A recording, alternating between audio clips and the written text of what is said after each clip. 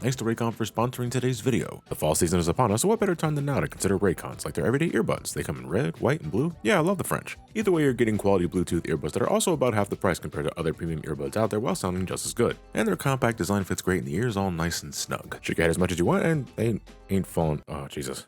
They also come with a bunch of gel tips for your comfort, and unlike some other brands, they don't awkwardly stick out of your ears. Together with the USB-C carrying case that can recharge the buds on the go, Raycons can last you about 32 hours. Perfect for workout sessions in or outdoors when I don't want to bother others with DDP's loud-ass screaming. I got a Rorschach test happening on the chest here, what the hell? And Raycon is offering all my viewers a great deal. Click the link in the description below or go to buyraycon.com/somecallmejohnny to get 15% off your Raycon purchase today. There's also a 45-day free return policy so you can make sure you find the right pair for yourself without breaking the bank. I can't keep doing these kind of things without your continued support for this channel, so as always, thank you. But now, let's continue on with the show.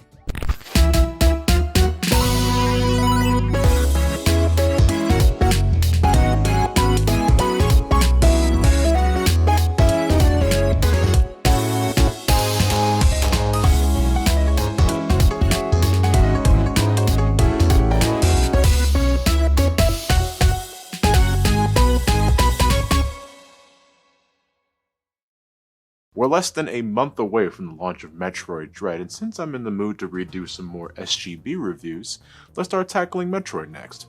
It's one of my favorite franchises of all time, easily a part of my personal Mount Rushmore of gaming next to Sonic, Mario, and Final Fantasy. Samus Aran, intergalactic bounty hunter, traveling the far reaches of space to thwart the dreaded space pirates and all other manner of scum. For 35 years, the Metroid series has been an inspiration for the tried and true Metroidvania formula, exploring the unknown, finding upgrades to get stronger, and losing all your shit in the next game for no goddamn reason. Though nowadays, I hear the term search action thrown around a lot, and you know what, that's fine.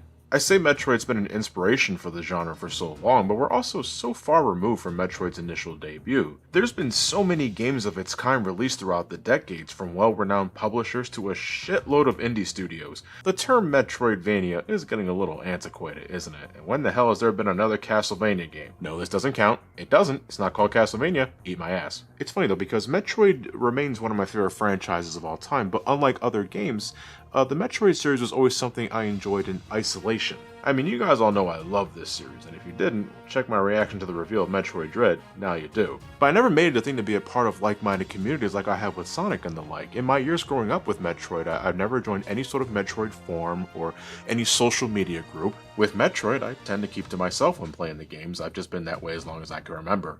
And it's only been recently where I've been more open about showing my passion for the series or enjoying watching others absolutely tear the game to shreds, like with speedrunning. I love Metroid speedruns, always a sight to behold. And like some of my other favorite video games, Metroid was there for me since early childhood, though I have been familiar with Samus Aran's space adventures since the first game thanks to my uncle, of course. Another tick for the uncle count.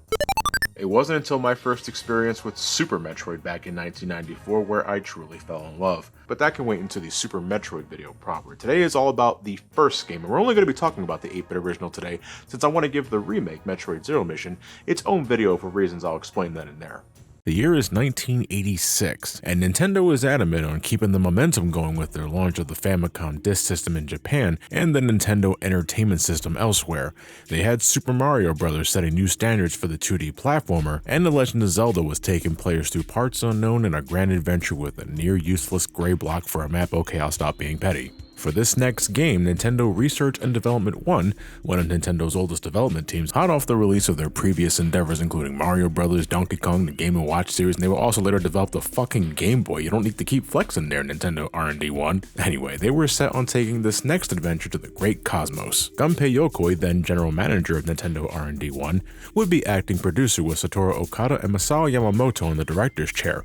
Hiroji Kiyotaki, Hirofumi Matsuoka, and Yoshio Sakamoto would lead in the art department. Hiroji Kiyotaki, fun fact, also the main designer for Wario, so that's a big fucking contrast. And for any of you Kid Icarus fans out there, if these names are sounding a little familiar, yeah, the original Metroid and Kid Icarus were pretty much made by the exact same team. You can consider these two like a brother and sister pair in some regard. Research is fun.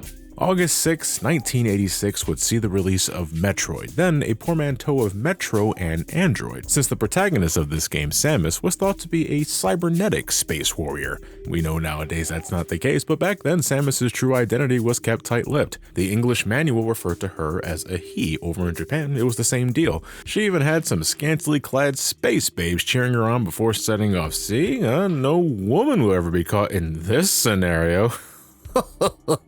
But those who got the game and managed to complete it under a certain time would be thrown for a loop when they saw that armor come off, and instead of a grizzled man or even an exposed interior of a robot, I would have loved to see that shit.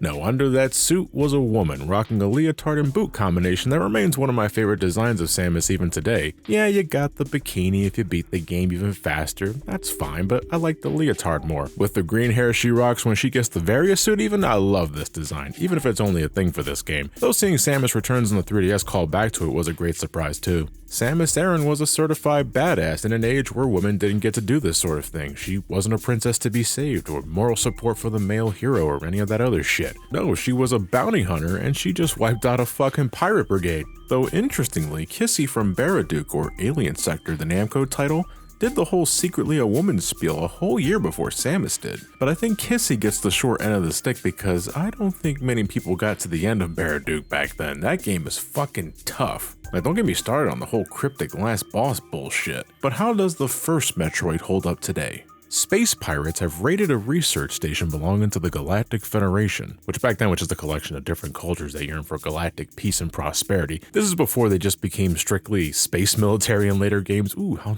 positively cynical. The pirates have managed to steal an organism the Federation was studying known as a Metroid, a life form that has incredibly destructive potential if used as a weapon. Unable to deal with the pirates directly, the Federation instead hires space hunter Samus Aran to do the job, Aran's mission being to infiltrate the space pirate base located on planet Zebes and destroy the leader of the Operation Mother Brain. And that's all from the manual. Within the game, it's a little more bare bones. You gotta defeat the Metroid on the planet Zebeth. The Metroid, just the one. Though that is something mentioned in the manual. The pirates want to multiply the Metroid they stole using science juice or something like that. Planet Zebeth, though, not sure what happened there. Destroy the Mother Brain, the mechanical life vein, yours truly, the Galaxy Federal Police M510. I never knew what that number was supposed to signify. Maybe their sector, I'm not sure. That's it though, you hit start, no intro, no other cutscene, you're just thrown into the game. Best of luck, Space Warrior. The goal of Metroid is exploring the dense, maze-like structure of planet Zebes, amassing more weaponry and items to beef up Samus's arsenal, all in hopes of eventually preventing Mother Brain and her space pirates from using the Metroid for galactic conquest. Despite being a declared threat in the manual though, you never do run into any actual space pirates. Everything encountered on the planet are just sort of natural inhabitants, albeit incredibly aggressive natural inhabitants, but there ain't no space pirates here unless, do we count Kraid? I always took him as an enforcer for Mother Brain, but not an actual space pirate. I don't know, maybe his fake clone is a pirate? He is stealing Kraid's look, so that qualifies. Yeah, pirate steal. This tangent's dumb. Ridley is definitely a space pirate, in retrospect anyway. I don't think he was considered the leader of the pirates just yet. He was just a purple space pterodactyl with a goofy fucking face. And yeah, the giant purple space dragon is named Ridley, after director Ridley Scott. Yoshio Sakamoto credits the 1979 Alien as a major influence in Metroid's design. The H.R. Giger-inspired Subterranean and Norfair, the final area Tori, and a lot of places have this sort of design. Maybe that's also why Samus ended up being a girl, because of Sigourney Weaver's character Ellen Ripley, the lone survivor of the Nostromo that managed to kill the alien by the end of the film. Samus doesn't get a pet cat though, not yet anyway, and it sure as shit ain't a cat. The singular black background does well in highlighting the unique color schemes and graphical design of every area's foreground, but nothing in this game makes me truly uneasy. It sort of teeters between grotesque and cartoony. I attribute the latter to the bright colors, but the accompanying music does pick up the slack. Brinstar elicits an adventurous energy, which I think fits the beginning of the game well, but then as you go deeper, it gets darker and more sinister. Ridley's theme is greatly foreboding. Kraidslayer is just damn catchy. Torian is just the boss music on loop, but given it's the last area, I think it does well in emphasizing the finality of the situation. The final battle theme being a low, humming drone is just great, in spite of me getting shot at all the damn time. But yeah, this is the original Metroid. The adventure gets going, and now it's up to you to figure out where the fuck you gotta go, because this is a 1986 non-linear action-adventure game. Nothing is labeled, not the enemies, the areas you discover, nor the items you eventually procure. Without the manual, you just gotta know that these let you lay bombs in morph ball mode, that this here increases your defense, and that this here is not the Chozo statue telling you to hold this L, it's just a long beam, because without this, Samus's default gun can't even travel across the entire screen. This planet's rocking some serious fucking wind resistance. You also got no map, so you either take the effort to memorize where you've been and have it in a game that's incredibly guilty of copy and paste level structure, or you just save yourself some time and get a map from online, because baby ain't got time to meander needlessly. You got next to nothing to work with, and you start with a measly 30 units of health, even after continuing a game or getting a game over, which just fucking sucks because you gotta spend a bit grinding enemies for health and ammunition if you're in a particularly dangerous spot. But I would say Metroid's weakest moment is in the opening 10 or so minutes. I mean, what, you got a measly pea shooter, a morph ball that's only really used to cross tight gaps. Occasionally you can use it to dodge attacks. Gotta be faster than that. Gotta be faster than that. Morph ball bombs are a nice tool though. The damage is pretty crazy when you set them up just right. It's also your only reliable means of taking care of grounded targets because Samus in this game can't shoot straight down, crouch, or aim diagonally. She can fucking curl into a ball, but God forbid her arthritis lets her point her gun south. Shortcomings aside, things begin to pick up not too far in. You'll get your first set of missiles in no time, requiring 5 of these each time you collect an expansion, and these fucking decimate enemies like nothing else. But early on, you don't want to be spamming these because other upgrades are locked behind these red doors which require 5 missiles to open, and nothing in this game sucks more than trying to grind missile drops from enemies when you're just trying to open a fucking door to progress. During my Famicom playthrough, because I did play this on the NES and Famicom for shits and giggles, I spent a good 10 or so minutes just trying to get a single missile drop in the hallway before the Varia suit. In this sort of scenario, let me tell you, that's an eternity. I understand that drops are frame-based in this game, as in, you can either get a health drop or missile drop depending on the frame you killed the enemy. But casual players ain't gonna know that shit. I sure as fuck didn't know that until looking it up. As far as I was aware for this playthrough and the other times I played this beforehand, I thought these assholes were just being super stingy or I had the shittiest luck. I don't know, man, some sort of number counter had to have gotten stuck because I was getting nothing but health drops all the goddamn time. Like, this sucks. And what the fuck is this running animation? She looks like she's doing a chicken strut. Appropriate, I guess. We'll get there later. But I stress things get better once you get more missile packs, because then everything begins to snowball in your favor. Enemies start giving you less shit, meaning you can survive longer to get to the good stuff. In time, you'll get add-ons to your suit like the high jump boots, giving Samus a much larger jump, and she already jumps like she's on the fucking moon, so the height you can get from this is pretty significant, even if the jump itself is a little loose and floaty. The only time I ever get purely aggravated by it is the escape sequence at the end with these platforms that are the size of fucking Tylenol pills. Missiles may pack that firepower, but your default beam also gets some love, and in this game that's the Ice Beam and Wave Beam. You don't need the Wave Beam. Ever. It's strong and it can go through walls and other objects, sometimes, but the Ice Beam is not only required to finish the game, you need it to freeze Metroid so that you can blast them with missiles, and that's the only way of killing them here. The Ice Beam is also just the superior weapon altogether in utility. Maybe the devs thought this too because there are multiple Chozo statues that have the Ice Beam while the Wave Beam only gets one. Sure, that could have been just a means to give the player a way to get the Ice Beam back if they got the Wave Beam at all, since beam weapons don't stack in this game.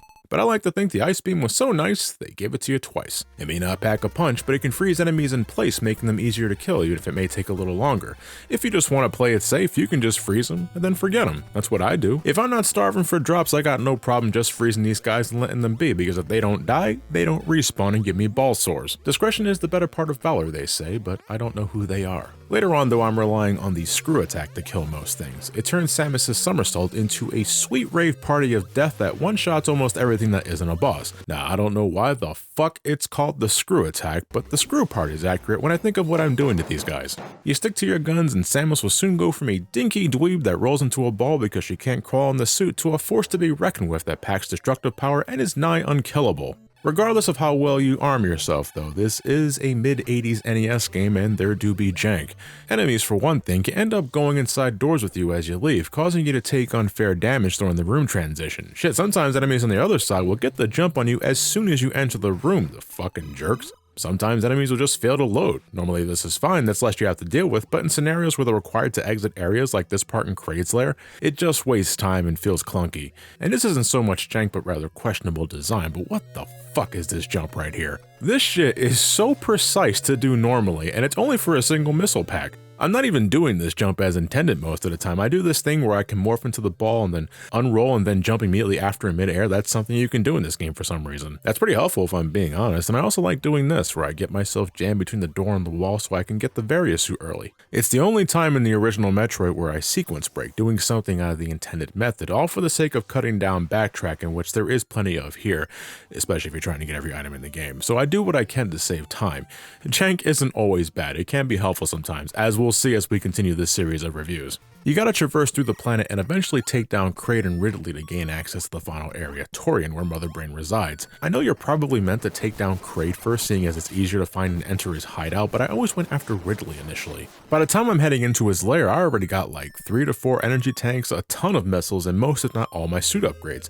He's pretty damn easy to take down no matter how you go about it. The direct confrontation standing under the platform and pelting him with a wave beam, or using the ice beam and freezing his fireballs, leaving him completely exposed. Much easier to deal with than Kraid, who's spamming his lethal croissants and titty projectiles non-stop, making him way harder to damage consistently. Both of these guys make some strange noises though, especially in the Famicom version. Lots of things make strange noises in this game. It's sort of startling. Check out the Metroids in the Famicom. That's gotta be the actual sound of hell. I'd rather just listen to the NES version. Seriously, that's just the roulette wheel from Press Your Luck. The final encounter against Mother Brain is just a mess of pixels and pain. The Metroids are one thing, but they're easy to deal with and drop a good deal of energy and missiles in case you need to grind for whatever reason. But the Rinkas, these radioactive Cheerios, are fucking everywhere and they never stop hounding your ass. In the final chamber with Mother Brain, they're the true final boss. No ifs, ands, or buts about that. Mother Brain herself doesn't do anything besides witness her inevitable destruction. Watch your eyes though if you're epileptic, because her death is an explosion of white flashes and legit hurts my eyes every single damn time I see this. But then you climb the final corridor as the base is set to explode, clenching your ass cheeks with how tight some of these jumps are. What are these jumps here? And there we go, mission accomplished. It will revive peace in the space, might be invaded by the other Metroid. Shit, I guess we missed one. Pray for a true peace in the space. Damn, you know, I keep forgetting just how fucking large Samus's head was in the original game. I know, 8-bit constraints and all that, but this almost looks nothing like the manual art or any other concept art for that matter. It looks like a rubber suit. 2 bulbous shoulders, a large head, 2 pixels dedicated to her ass. Looks damn weird when drawn to life, I'll tell you that now. I gave it a shot, but I will say, that is a nice ass. If you beat the game fast enough in the NES version, you can play it again without the suit. There's not much to it, but I like playing the game in this prototype Zero suit, you could say. But yeah, this is only in the NES version. This wasn't a thing in the original Famicom release, to my surprise. The only thing you had to show for completing the game fast enough here was more bags of money on your save file. Money bag. She actually gets paid for her work in the Japanese version. That's great. Of course, you didn't have to beat the game if you really wanted to play as the armorless Samus. The NES version didn't have a save feature like the Famicom version did, but it did have a password system allowing you to pick up where you left off by entering a shitload of numbers, letters, and symbols. With the right password, you can start the game from scratch without the suit and go to town, or you can enter the secret debug password and play the game with infinite health and missiles if you have a serious grudge against it. You do you. There are some passwords that are just fucking bizarre though. Depending on the version you're playing, try out Engage Ridley Motherfucker. Most times it just causes a reset or crashes the console if you're emulating it, but other times it can cause shit like this to happen. Trapped in a single screen, wrapping around the edges like Mario Brothers, which is appropriate, I guess. This was made by Nintendo R&D 1. My absolute favorite password though, one I was actually just made aware of recently, was this one. Mother Brain? Fucking toast. That's... So, you started Torian, no armor. It makes this part in Torian a huge pain in the ass, actually. And then, when you get to Mother Brain, she's already dead, leaving you to just exit at your leisure. Where Samus will then proceed to cry in the end screen. It's kinda creepy. That's kind of shit you read in ghost stories. What is this password doing to get such a result? Well, out of curiosity, I went and contacted my friend Experiment to enlighten me on the subject. He's the same dude who helped recover my Pokemon Gen 5 file when I was recording for that review. He's pretty fucking knowledgeable with these sort of things, and my go-to guy for tech-related shit and all that. So, Experiment, what the hell is happening here?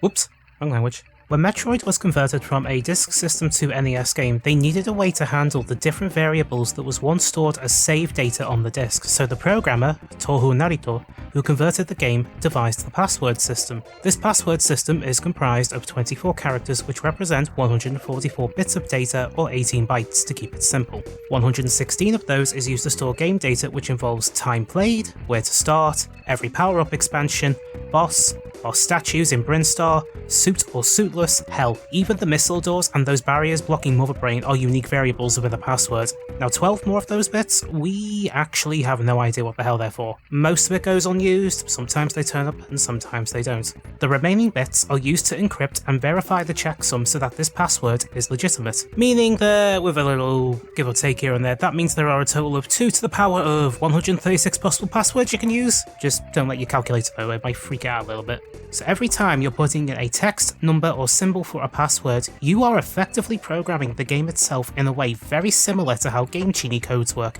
which is why certain passwords can break the game in unpredictable ways. The famous Narpus Sword, or NAR password, is the only password that exists outside of the system, as it's hard-coded into the game to serve as a debug mode. Now, the password Mother Brain fucking toast always produces the worst ending because of the 2 game tick values of the password, which tells the game how long you've been playing. In this case, it's roughly 2,861,643,271 ticks. Or for the human brain, that basically means, rounding it up a little bit, 314.5 years of active game time. So yes, Samus defeats Mother Brain by doing absolutely nothing. Holy shit, so we straight... So you remember the end, the old guy from Snake Eater, how you could win that battle by doing nothing for like a week or something like that?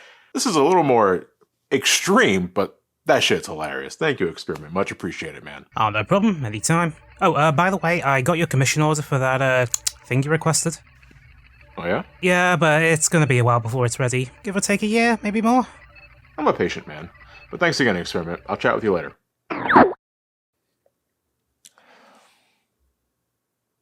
This probably won't shock you at all, but I don't often go back to the original Metroid. I don't really see a reason to when Zero Mission on the GBA exists, but it's still playable if a little antiquated. It lags like hell and enemies can cheap shot you because of the shit I mentioned earlier, and if you got rotten luck, or if you're getting your ass kicked, grinding for health and missile drops can be a chore, and this is before the series got energy and missile stations to instantly recharge your arsenal. But the formula that would define the series and the genre is still very much intact here, and it does reward persistence. Things will get easier as you find more upgrades to your suit, more missiles to handle enemies, more energy tanks to live longer. If you can get past the first 30 minutes or so, with a guide on hand I should stress, it'll start coming together. As simple as it is, it's still satisfying managing to reach Kraid and Ridley, pumping them full of explosive lead and watching them scatter into tiny giblets. But again, unless you're curious, there's not much reason to play the original Metroid. It's the game that got things started, it'll always have my respect because of that. But it isn't this game that made me the Metroid fan I am today. You know, obviously.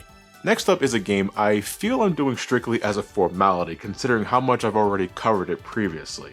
But it's Metroid 2 Return of Samus on the Game Boy. But you know what though, I might as well take that time to also give you some updated thoughts on Samus Returns on the 3DS, as well as AM2R. So I'll catch you guys next time. As always, thank you all for watching. Stay safe, wash your hands, wear a mask if you decide to go outside, get vaccinated if possible, have yourselves a fantastic night, and take care.